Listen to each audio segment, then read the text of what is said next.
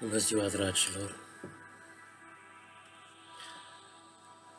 Iată, vă salut cu bucurie, cu multă iubire, cu multă deschidere de inimă. Mulțumim Dumnezeu pentru toate lucrurile. Trebuie să-i aducem decât doar rugăciuni de mulțumire lui Dumnezeu și atât. Proclam și peste dumneavoastră multă căldură, multă fericire, multă mulțumire, pace, iubire și succes mult în tot ceea ce doriți dumneavoastră. Să fiți frumoși, să fiți sănătoși și binecuvântați. Și să ne ajute Dumnezeu să ne deschidem inimile. Că până la urmă aceasta înseamnă trăirea, deschiderea de inimă și abandonarea noastră în mâna lui Dumnezeu. Dumnezeu este iubire și bunătate. Tot lucrarea de iubire o numesc. Dar mai altfel, mai accesibilă pentru toată lumea. Pentru că toți facem parte din Dumnezeu și toți îl avem pe Dumnezeu în inima noastră.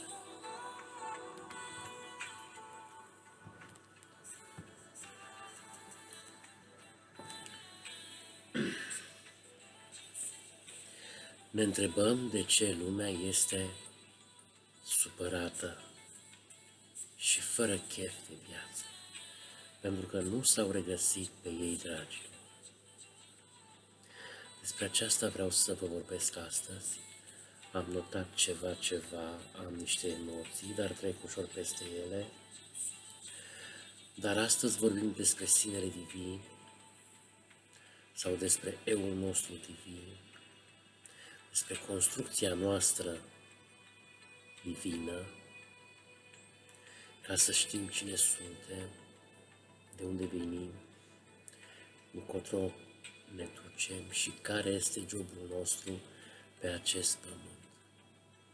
Poate în alte lecții precedente am mai vorbit, dar astăzi vreau să întăresc mai bine lucrarea aceasta, pentru că, după cum știți, odată la câteva săptămâni fac un videoclip ca să mă încarc mai mult cu iubire și cu cuvinte și eu fac o disciplină de altfel. Și am studiat pe Facebook ceea ce am mai scris, ceea ce am mai compus și am dezvoltat ceva, o idee. Deci vreau din capul locului să știm cine suntem, pentru că de aceea noi suntem nefericiți. Lumea nu este fericită pentru că dorește mai mult, dorește să primească. Dorește să primească.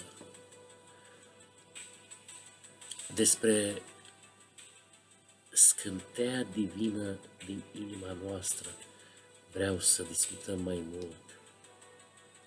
Chiar dacă poate e mult de vorbit și nu reușesc să dezvolt subiectul acesta.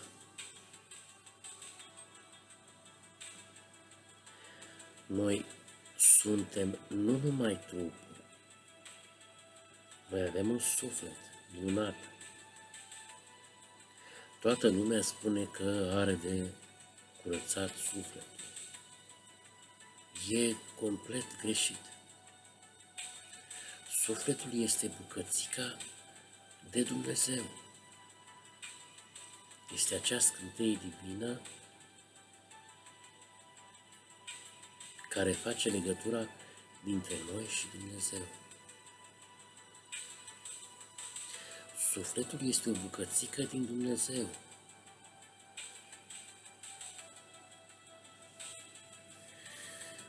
Iar am putea să-l numim Sinele Suprem sau Sinele Divin.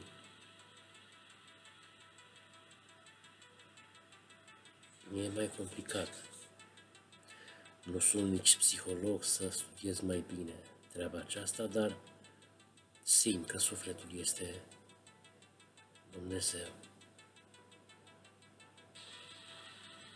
Sufletul este un mare suflet, nu este al nostru personal. Sufletul este al lui Dumnezeu. Noi toți formăm un suflet mare, care este la rândul lui scindat în mai multe suflete, mai multe miliarde de suflete.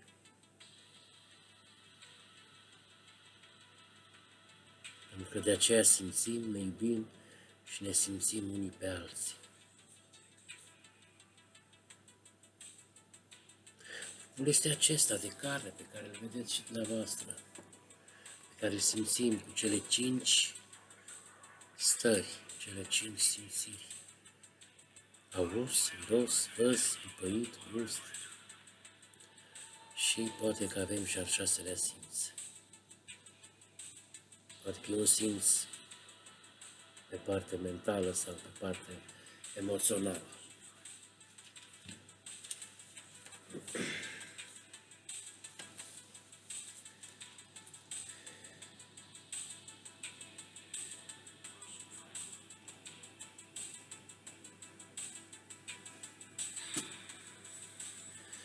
Ego-ul nostru este sfânt. Poate că e un nume greșit. Ego-ul. N-aș vrea să cred că ego-ul este ego. Mie nu-mi place cuvântul ego. E un arhetip foarte vechi și trebuie înlăturat.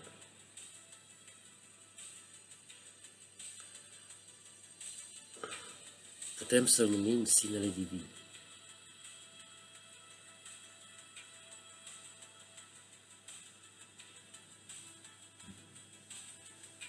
Putem să spunem că sufletul este bucățica de Dumnezeu care ne animă, care vegetează fiecare încheietură, fiecare vas de sânge, fiecare părticică din trup și ego-ul suntem noi. Poate că suntem sinele divin. Poate că suntem noi sinele divin, astfel încât să ne conștientizăm noi prin intermediul lui că suntem noi.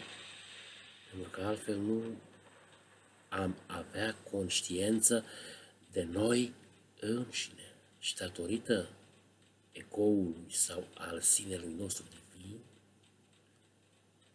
mai degrabă al sinelui nostru divin, noi putem să ne conștientizăm pe noi înșine. De caracterul nostru, de trupul nostru, de umbletele noastre, de abilitățile noastre, de potențialul nostru, de dorințele noastre și de pofta noastră pentru viață.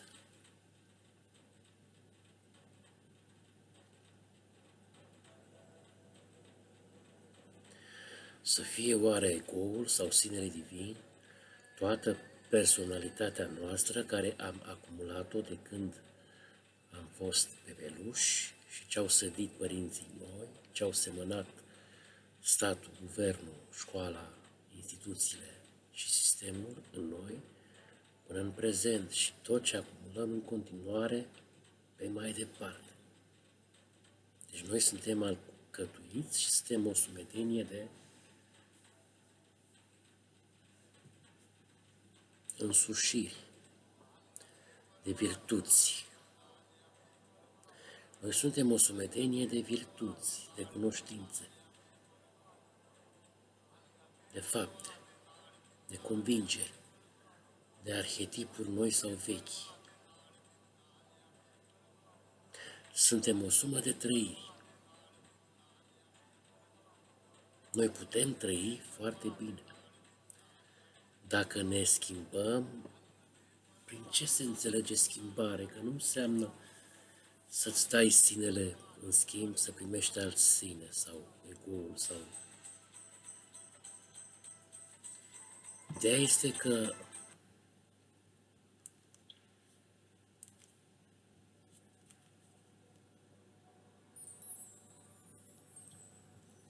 omul nu se schimbă niciodată, pentru că altfel a uitat de el. Este o tendință și un trend schimbare în viața omului. Și aceasta va fi ținta, categoric.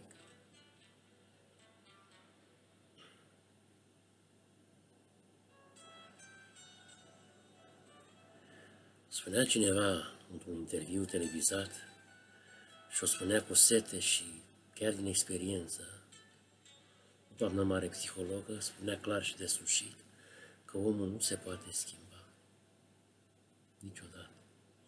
Și asta cred și eu, dragilor. Dar totuși putem să ne facem o disciplină dintr-o pasiune sau dintr-o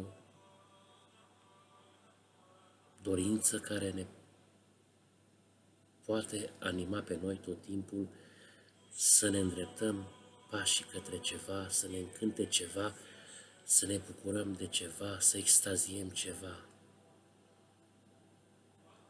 Ca să încingem bujia non-stop și să ne curgă energia folositoare într-un domeniu nobil, cum ar fi să ne găsim potențialul de a face ceva cu mânuțele noastre. Atunci când te apuci să faci ceva cu mânuțele tale, care te construiește, te zidește, te îmbărbătează, tu dai voie energiei tale divine din sinele tău autentic să curgă. De aceea apare și demonstrația și debordarea și bucuria și mândria divinității că ai făcut ceva cu mâinile tale și că meriți să iubești, meriți să primești, meriți să excelezi. Numai așa poți să trăiești frumos în viață. De aceea trebuie să ne regăsim pe noi înșine. Și se începe cu iubirea de sine. Iubirea de sine nu este un concept greșit. Pur și simplu, când te iubești pe tine, tu de fapt, tu iubești sinele divin, iubești sufletul tău, iubești acea scânteie divină din inima ta. Cu ajutorul ei, tu poți să excelezi. Dacă tu te valorifici pe tine, ca și sine divin, ca și, cum doriți dumneavoastră, ca și copil al Dumnezeu, și te centrezi pe tine, pe iubirea din pieptul tău, pe pasiunile tale și cauți cu deschidere de inimă iubirea lui Dumnezeu și cauți să o regăsești, că deja se află în tine, tu atunci vei putea să verși la rândul tău deschidere, debordare, bucurie. Că nu poți să împarți iubire dacă tu nu ești iubire.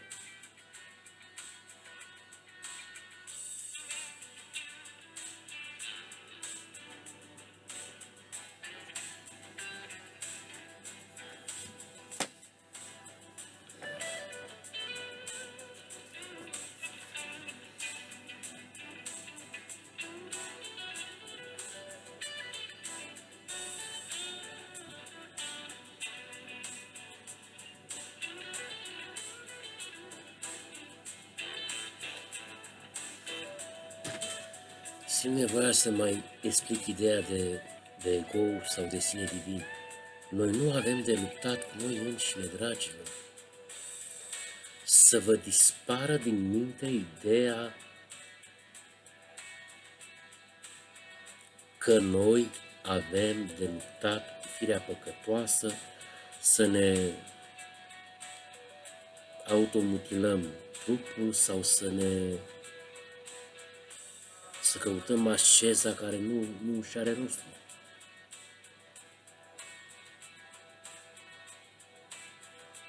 Că degeaba te chinui să ții post, te chinui să faci anumite diete,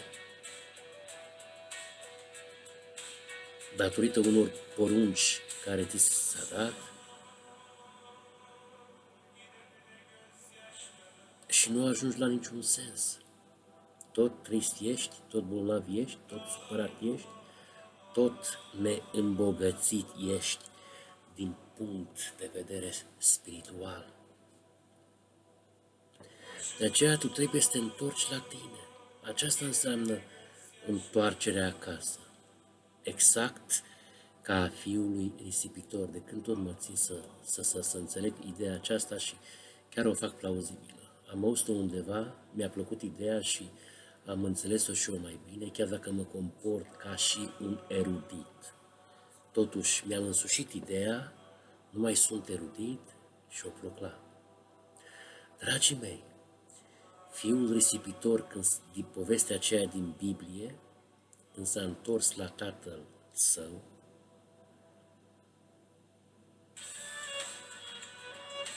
că ați văzut și dumneavoastră, că s-a dus tatăl său, i-a dat bani, i-a dat avuții, i-a dat toate bogățiile, în bani, bineînțeles, și când s-a dus în lumea toată, și-a cheltuit toți banii. Și tot nefericit a fost. Pentru că fericirea lui a constat doar cât a avut să se descarce, doar cât a avut încărcătura, doar cât a avut benzina. Când nu a mai fost benzină, sursa și-a pierdut-o. Tatăl, sinele, Dumnezeu, sau hai să numim sinele suprem din corpul uman. Sinele nostru, Dumnezeul nostru, care ne animă, care ne conștientizează că suntem noi, iubire și așa mai departe. Povestea fiului risipitor este că el s-a întors de unde a venit. S-a întors din nou acasă.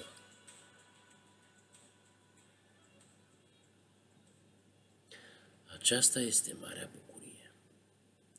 Să ne întoarcem la noi acasă, la sufletul nostru, la scânteia noastră divină, în ideea faptului că trebuie să te regăsești pe tine, să te aduni, să stai cu tine, să te întrebi cine ești, cine sunt de fapt, să te admiri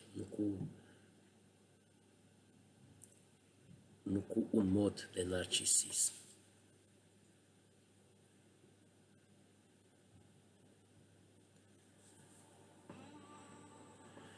Și să te admiri cu toată curăția de inimă, cu toată deschiderea. Nu faci un idol din tine, dar recunoști acea parte interioară care te animă. Recunoști scânteia divină. Recunoști personalitatea ta cu tot conținutul tău, suprem de la început. Sinele este dezvoltat pe măsură ce băgăm în el toate informațiile. Sinele ar fi ca o ladă.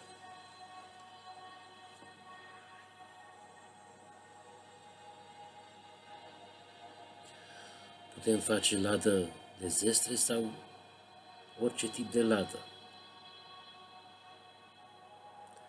Și putem să folosim lada noastră de zestre pentru ceilalți.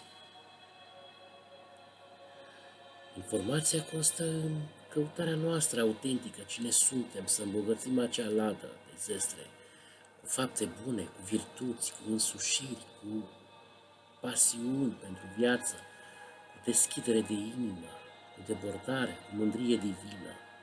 Așa îmi vine să zic, mândrie divină.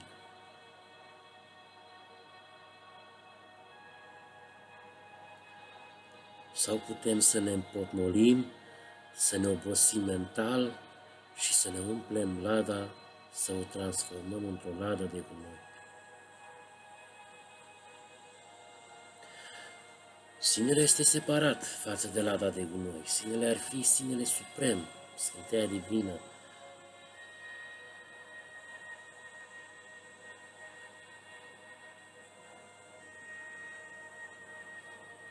Să o numim suflet. Să o numim suflet. Nu, sufletul e altceva. Nu, sufletul e altceva. Sufletul este direct bucățica de Dumnezeu, care ne animă și ne vegetează corpul și trupul.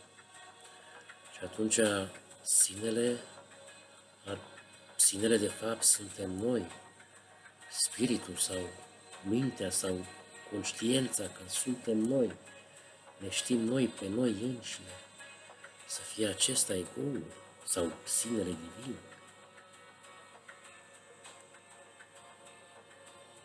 Lada pe care trebuie să o umplem cu iubire și cu bucurie, cu pace, cu armonie, poate că da.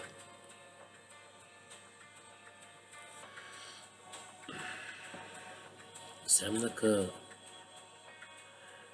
noi nu trebuie să ne luptăm cu sinele nostru divin, cu personalitatea noastră, că personalitatea noastră este sinele divin sau egoul nostru.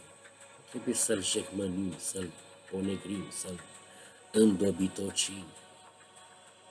Noi suntem noi, moși divini, noi suntem iubire. Ceea ce cred despre noi ca și personalitate, noi suntem sumedenia de virtuți, de însușiri autentice, de pasiuni, de tot ceea ce părinții au sădit în noi, de tot ce am acumulat și noi din partea școlii, sistemului, guvernului și pe mai departe de ce ne umplem noi, pe mai departe, cu cărți, cu literatură spirituală și așa mai departe. Noi formăm personalitatea, noi suntem umpluți de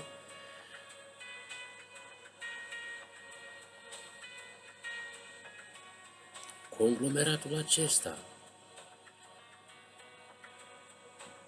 al însușirilor bune. De fapt, asta este originea sinelui divin, iubirea, că El este iubire. Aceasta ar putea să fie originea noastră, că noi venim din Dumnezeu și tot acolo ne ducem. Atunci fiul risipitor s-a întors la el acasă, s-a întors la sinele său divin, s-a regăsit pe el însuși.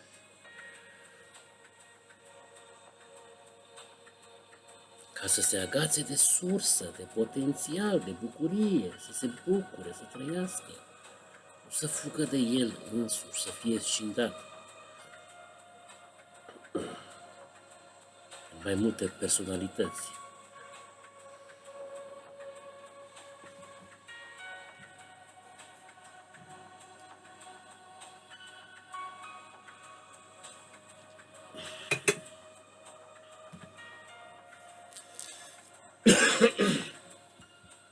Ascultă sinele, vezi ce spune el, că sinele spune să te întorci la el și să vii din el și să faci ceea ce spune el.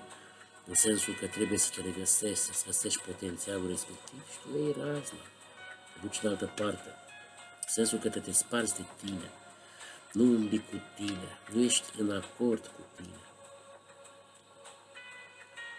Sinele tău spune să te duci la o facultate și la o disciplină unde tânjește el și unde face conexiunea cu cerul, cu divinitatea, cu planul divin și te duci în altă parte. Ești împotriva ta. Acolo e lucrarea cea mai urită, că ești împotriva ta, împotriva sinelui divin. Asta ar putea să însemne pula împotriva Spiritului Sfânt. Ar mai putea să fie. Chiar ar putea să fie. Foarte simplu. Ești împotriva ta, trebuie să te întorci la tine. Să fii cu tine, să vii din tine. Să te apreciezi și să capeți încredere totală în tine. Atunci când tu capeți încredere totală în tine, tu crezi în sinele tău divin. Tu nu ești al tău. Tu prin sinele tău divin, pe care îl îmbogățești și îl descoperi mai mult și îl pui la treabă să lucreze pentru tine și îl favorizezi, cu virtuți, cu voință, cu deschidere de inimă, cu emoții, tu atunci tu vei putea să excelezi, să exuberezi, să cutezi și să trăiești o viață frumoasă, chiar și pentru ceilalți. Că aș putea să cred că debordarea aceasta divină care vine este folosită nu numai pentru mândria divinității, o mândrie minunată, debordantă, este folosită și pentru ceilalți. Că iubirea se expandă. Iubirea se expandă și atunci când tu debordezi de bucurie, tu nu ai cum să ții lumina ascunsă sub obrog. Prin felul acesta de viețuire și de comportament, tu te bucuri, te mândrești din punct de vedere divin că ești sine divin, că ți-ai înțeles menirea, să iubești, să-ți descoperi potențialul, să folosești pentru ceilalți, cât și pentru înzestrarea ta spirituală, că meriți să fii, să te bucuri, să trăiești, că meriți să fii cu tine, meriți să te mândrești cu tine. Este o mândrie divină. Ego-ul nu trebuie lovit. Părerea mea, ego-ul nu trebuie subminat. Ego-ul suntem noi. Eu aș înlătura cuvântul ego și l-aș numi sinele divin. Autenticitatea noastră, personalitatea noastră, schimbarea în bine, am putea să ne curățăm mintea de convingeri limitative, de gânduri, că nu putem, că nu merităm, că banii sunt ochiul dracului, că alte convingeri, spuneți-mi mie dumneavoastră. Toate acestea trebuie înlăturate cu forța, dar atunci când te întorci acasă la tine, de unde ai plecat, de unde ai venit, și să îți îmbogățești din nou sinele divin, personalitatea cu virtuți, cu iubire, cu citire, cu mentalizări, cu meditații, cu bucurie, pe nimic, cu debordare pe nimic. Tu faci lucrul acesta, dai drumul la energie să curgă și sigur potențialul va ieși la suprafață. Din cauza că te cauți pe tine, te înghesui pe tine, te întorci la tine, vii din tine, te forfotezi pe tine în virtutea iubirii, în sensul că nu e o încrâncenare, ci este o incandescență proprie. Te tranșezi pe tine, te regăsești pe tine, te întorci la tine, te întărești pe tine însuți. Nu înseamnă o iubire ultra narcisistă. Pur și simplu, iubirea de sine înseamnă iubirea de Dumnezeu din tine. Iubirea Dumnezeului din tine. Că și Iesua a spus, iubește-l pe aproapele tău ca pe tine însuți.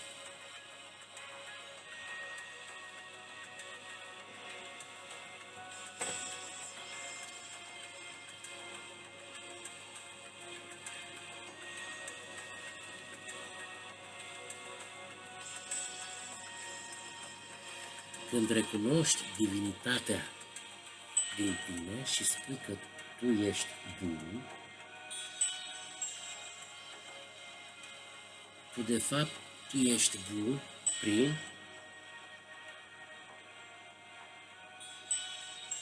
însăși divinitatea care te animă, însăși sinele tău care te animă. Pentru că tu înveți să pui identificare pe sinele divin. Ego-ul nu este un concept rău dacă te întorci la tine și te regăsești. Nu trebuie să dai în el, nu trebuie să te pedepsești. Ego-ul trebuie decât doar curățat, mintea, ego-ul trebuie curățat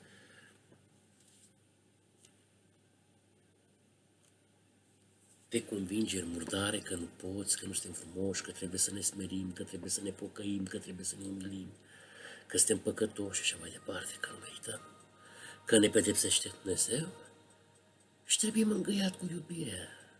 Sunt două lucruri.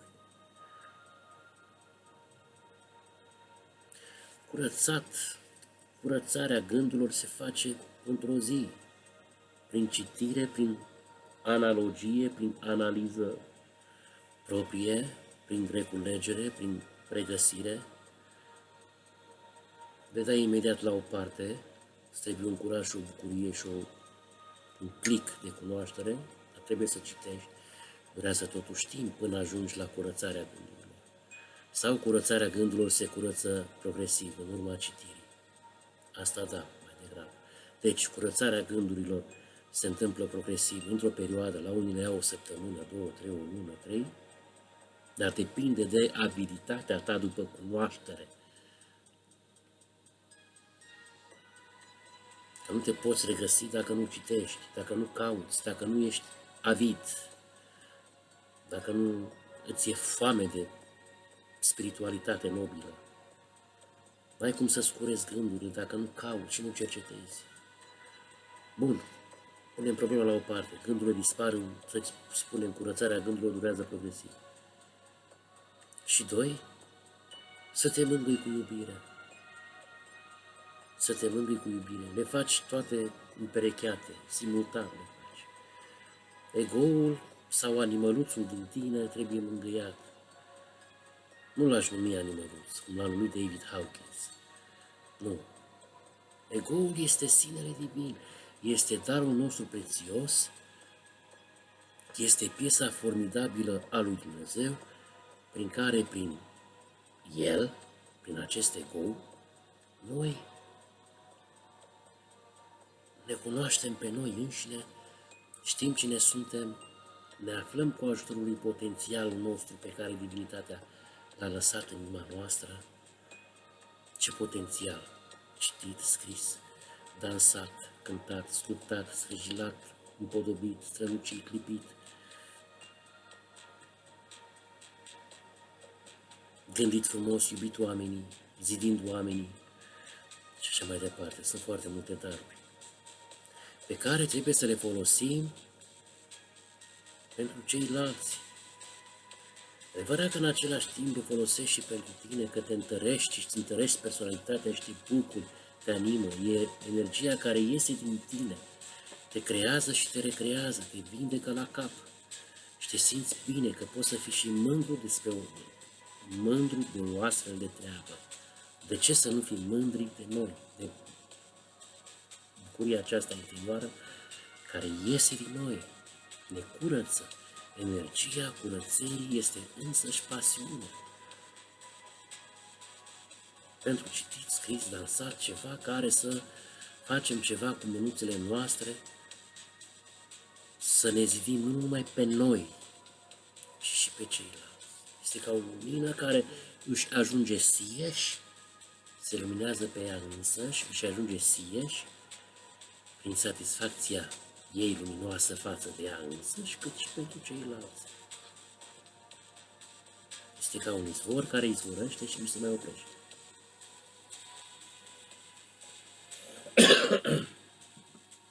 Da, iubiți-mă. O să încerc să fac clipul mai scurtuț, că am probleme cu ăștia de la YouTube. Nu mai mă lasă, dragilor, să mai pun melodiile lui Steve Van Morgan, dar eu tot fac. Îmi place foarte mult, pentru că pe astfel de melodii mă pot inspira mai mult. Și mă deschid. Dragilor, haideți să ne întoarcem la noi acasă, că dacă ne întoarcem la noi acasă, ne întoarcem la Dumnezeu. Exprimă-ți bucuria ta divină prin felul tău de a fi, fără să ai o reținere. Eu m-am întâlnit cu niște pocăiți acum vreo 2 zile și mi-au frecat mintea într-un fel al lor, încât și eu i-am perturbat un pic, așa ca să zic. I-am potolit, i-am liniștit. Pot să spun că am fost tare, dar nu te lăsa să fii călcat. Dă-ți voie să fii. De-aia lumea nu e fericită, cum am spus la început. nu se caută, nu-și dă voie să fie, să se bucure. E cea mai frumoasă bucurie posibilă, bucuria de a fi, bucuria de a te mândri cu tine, cu potențialul tău. Nu te lăsa, umilința este rana iubirii. E citatul pe care l-am compus eu. Umilința este rana iubirii. Nu ai ce căuta la curtea iubirii, la curtea lui Dumnezeu, cu prea multă umilință. Un sărac nu poate deborda, nu se poate bucura.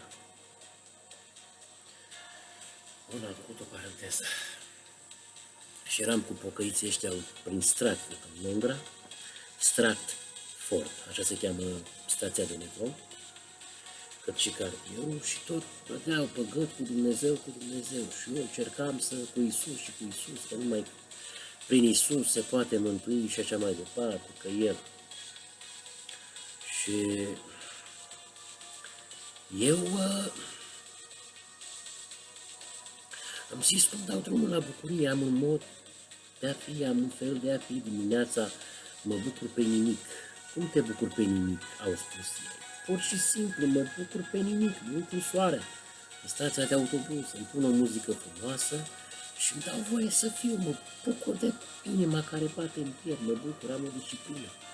Dimineața citesc, scriu și compun și o bucurie, e o energie care curge din mine și sunt bucuros de această energie care curge din mine și mă bucur.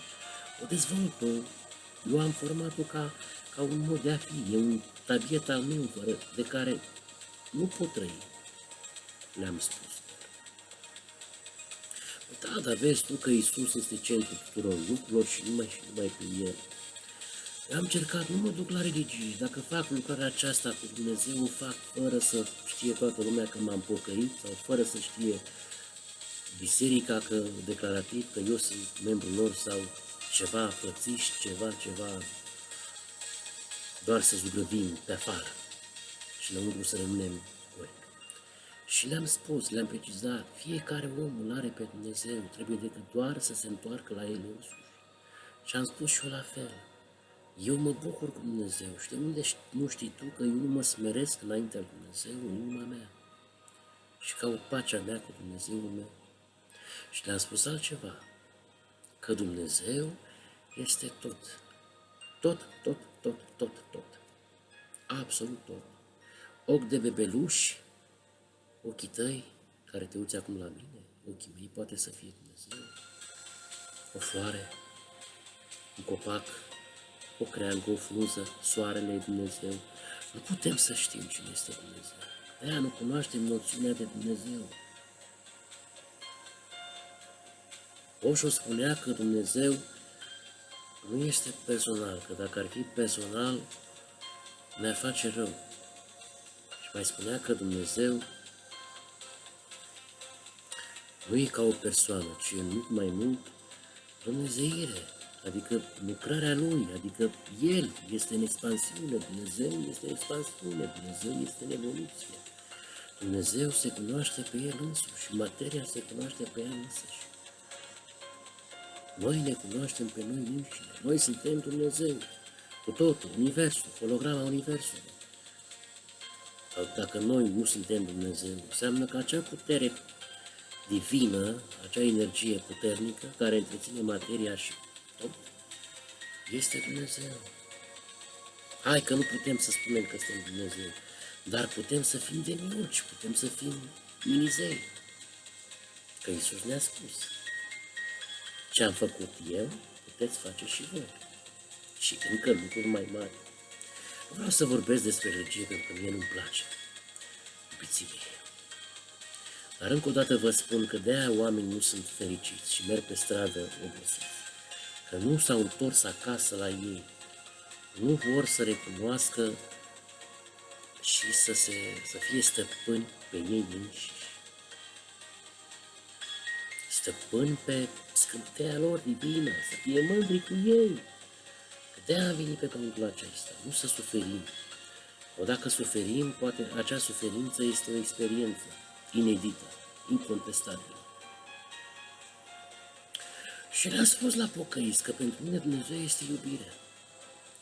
Este o pâclă, sau cum spune englezii, mist, care ne încinge și pe noi, care ne electrizează, ne susține, ne învârte, ne piruetează. E o energie care ne ține și pe noi. Ne-am explicat că Dumnezeu este și în noi, și în afară, și peste tot, și oriunde și peste tot. Că Dumnezeu este iubirea, că Dumnezeu este viața, întreține viața, este acea energie care și ajunge sieși.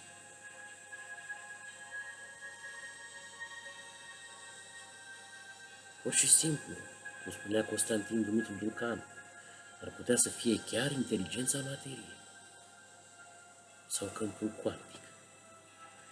La o reuniune spirituală erau și niște preoți și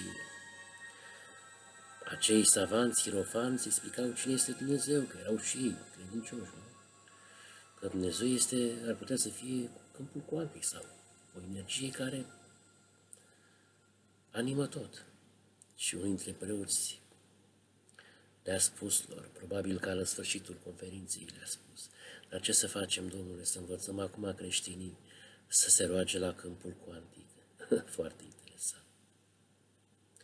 Dragilor, nu trebuie să fim fanatici, nu trebuie să fim hapotnici.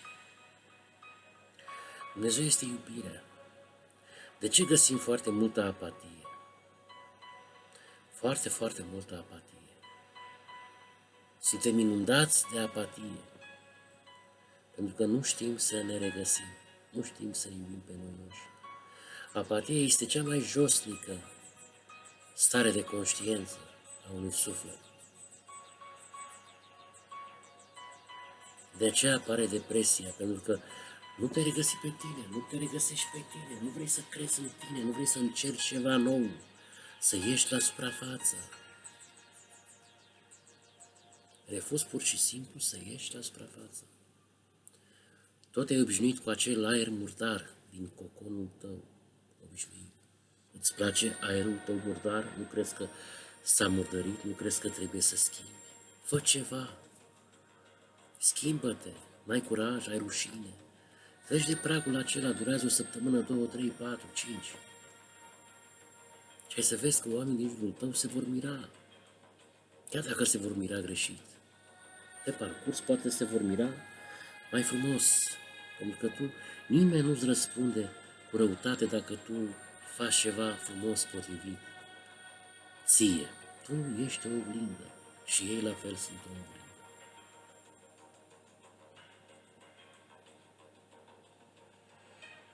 Ceea ce tu reflectezi în inima lor, acele lucruri frumoase pe care tu le nutrești în viața ta, le vei primi de asemenea, ca un bumerang. Nimeni nu vrea să-ți facă rău.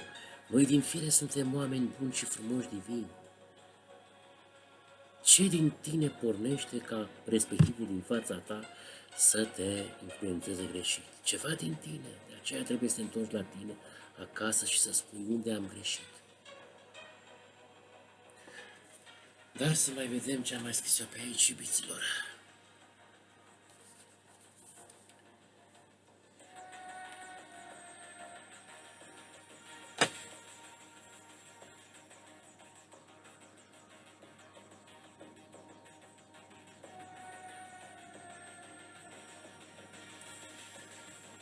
Tot ceea ce trebuie să faci prin sinele tău divin,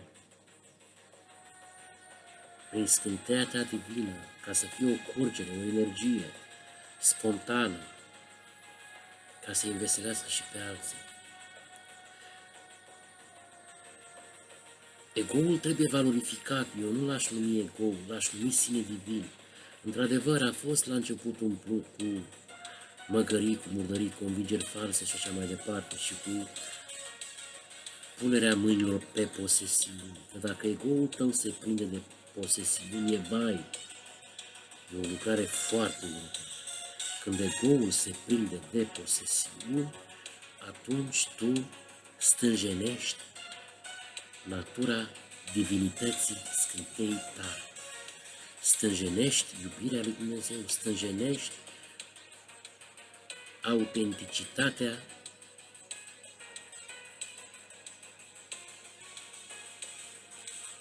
sinelui divin, ca să ne exprim așa. De aceea nu trebuie să te înfingi în posesiune. Ego-ul nu trebuie să fie absorbit de posesiune.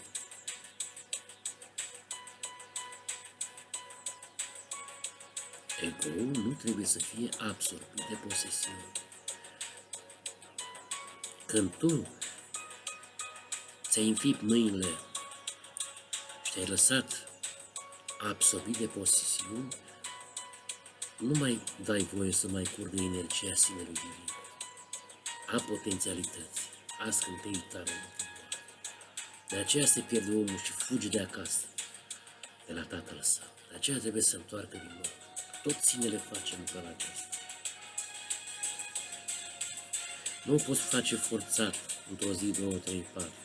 Fiecare la vremea lui se întoarce la el acasă. Când vrea Dumnezeu. Chiar dacă te-ai pierdut, nu e nicio problemă. Eu îți dau sfat acum și nu ca un sfat. Un sfat, o recomandare, o încurajare, un sfat, o încurajare. Întoarce-te la Dumnezeu din inima ta atunci când îți va veni timpul. Și totuși chestia aceasta, așteptarea aceasta, este o lucrare în partea lui Dumnezeu.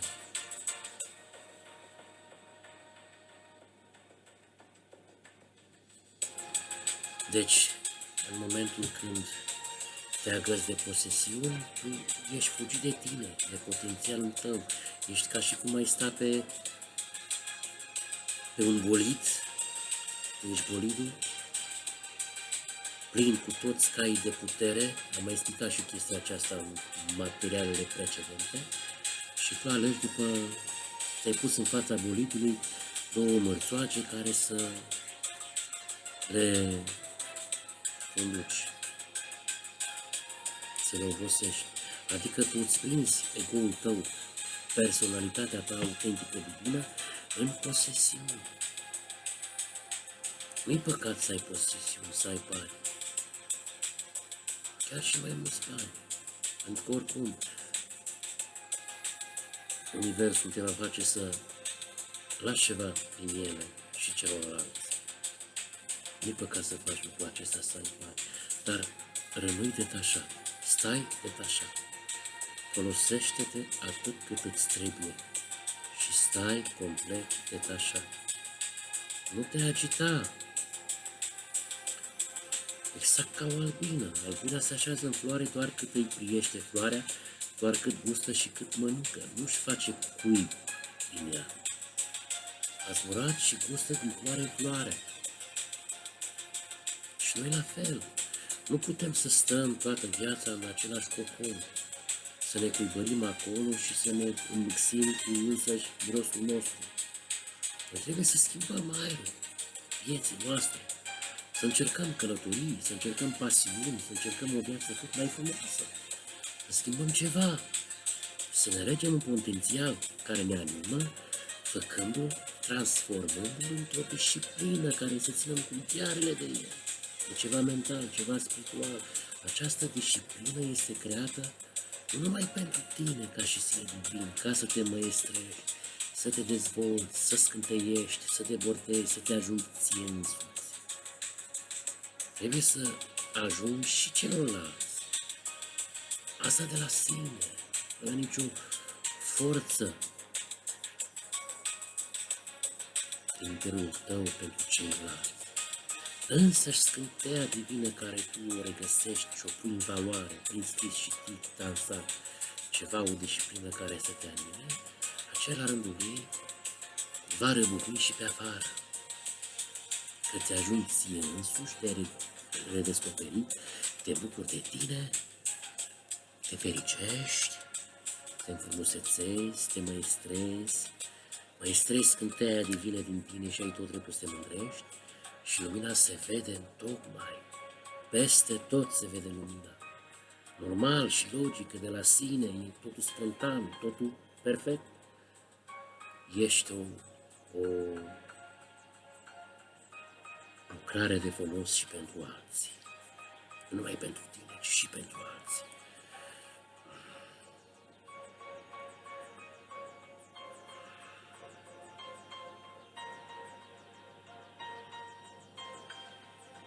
Nu mai sta în apatie, n-ai ce să cerșești. Practic îți cerșești ție, te rogi la tine însuți.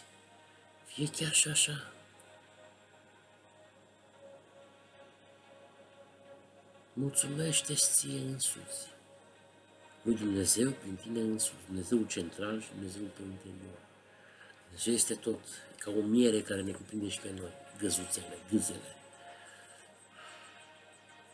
De aceea trebuie să faci numai rugăciuni de mulțumire.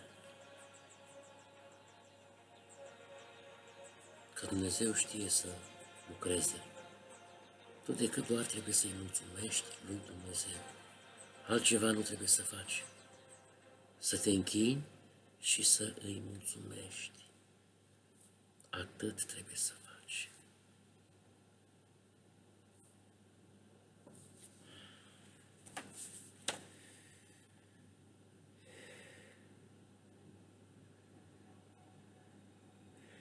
Sinele este soarele nostru interior. El este non-dual și de aceea în fața mărinimiei lui, mintea se întoarce pe dos.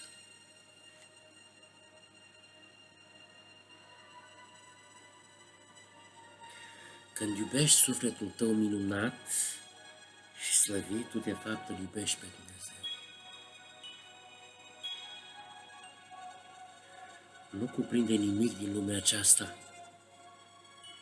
și nu cuprinde viața. Viața te cuprinde de pe tine. Viața te trăiește pe tine. Viața este Dumnezeu. Sinele divin. Nu sta agățat într-o floare până uiți de tine, ci experimentează viața în toate chipurile, astfel încât să nu te lipești. Încearcă să te detașezi, nu mai frumos să te detașezi, ci doar să trăiești. De ce să fii împovărat? Că viața e frumoasă. De ce să fii împovărat? Că viața este frumoasă. Pur și simplu eliberează-te de orice vinovăție. Eu bag mâna în foc și am toată încrederea vehementă că publicul din fața mea este un public frumos, un auditoriu frumos, cei cărora le place iubirea lui Dumnezeu și această nouă disciplină. Nu mai aveți mustrări de conștiință noaptea când vă culcați. Nu cred că faceți rău seminilor dumneavoastră. Eu bag mâna în foc. Eu cred că dumneavoastră iubiți. Dar toți păcătuim, toți greșim. Dar nu trebuie să ne mai numim păcătoși. Că din ce ne numim păcătoși ne vom trezi ulterior, vai ce păcate am făcut. Dar dacă folosim anumite afirmații sugestive, eu sunt scânteia divină, eu sunt iubire, eu sunt ceea ce dumneavoastră doriți să spuneți cu toată bucuria și cu toată încântarea, cu toată debordarea divină, aceea sunteți, aceea existați. Faci chestia aceasta cu bucurie, cu debordare și aceea vei fi. Ca să-ți întărești și să-ți zidești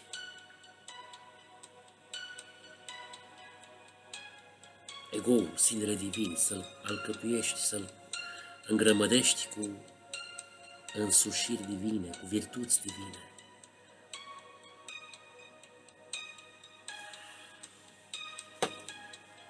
Ca să fii legat de tine.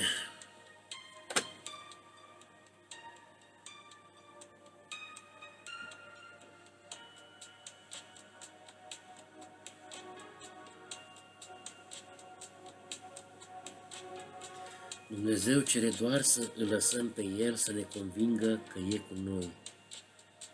Atât. Ce facem parte din El, că facem parte din El doar să-i recunoaștem prezența Lui fără să-i mai stânjenim împărăția dragostei sale în noi.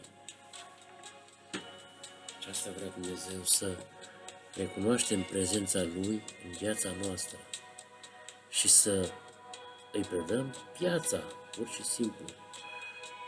Să ne abandonăm, să avem curajul să mergem la mai puțin.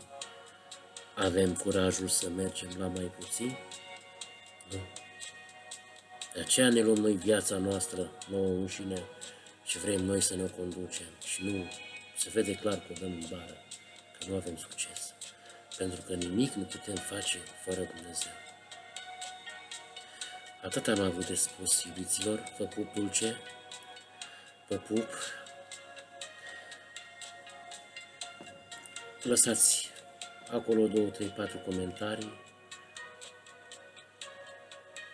iar eu încerc să vă răspund. Mi-am deschis și eu inima față cu dumneavoastră cât am putut.